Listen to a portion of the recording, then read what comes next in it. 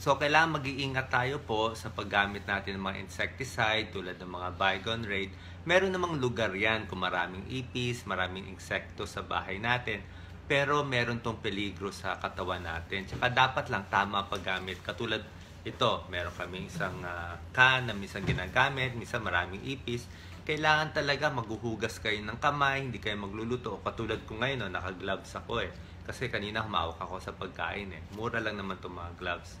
Ang problema kasi dito sa mga insecticides na medyo delikado po siya. Kasi meron siyang carbamates tsaka organophosphates.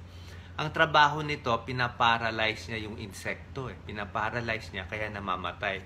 Ang problema syempre, pag nag-spray ka nitong mga insecticides na to, pwede ito malanghap ng tao. Tsaka I'm sure kung nasubukan nyo na to, may nag-spray sa bahay, nalanghap nyo, mga ilang oras, sasakit po ang ulo nyo, merong mga side effects itong paggamit nito.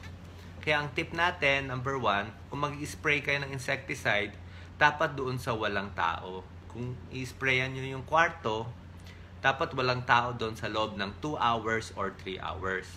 Huwag din nahahawakan itong insecticide ng kamay nyo o madadapuan yung balat ninyo. Kasi pag yung nisa nag-spray kayo, di ba? Nadadapuan yung balat. Pag nadapuan itong insecticide yung balat ninyo, pumunta po dito, ma-absorb yan ng katawan natin. Kasi yung balat natin, hindi siya talaga parang hindi nakakapasok. Pwedeng pumasok yung mga chemical dyan.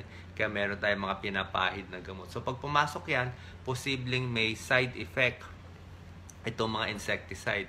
Maraming mga side effect. Unang-una sa nervous system, hindi maganda.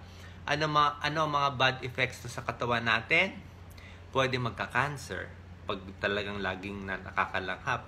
Kaya nga yung mga farmers, yung mga sa fertilizer, ingat din tayo.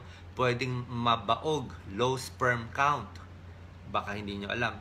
Pwede maging abnormal ang sanggol sa mga buntis. Pwede magkasakit sa atay, pwedeng allergy, tsaka sa ugat, sa nerves. Meron ako kakilala, lagi sila nag-spray ng insecticide meron kasi silang restaurant gusto nilang malinis, lagi sila nag-spray. Nagulat na lang kami bakit yung nanay, yung anak nagka-cancer bigla, nagka-cancer sa dugo. Posible dahil dito sa mga ginagamit na insecticides.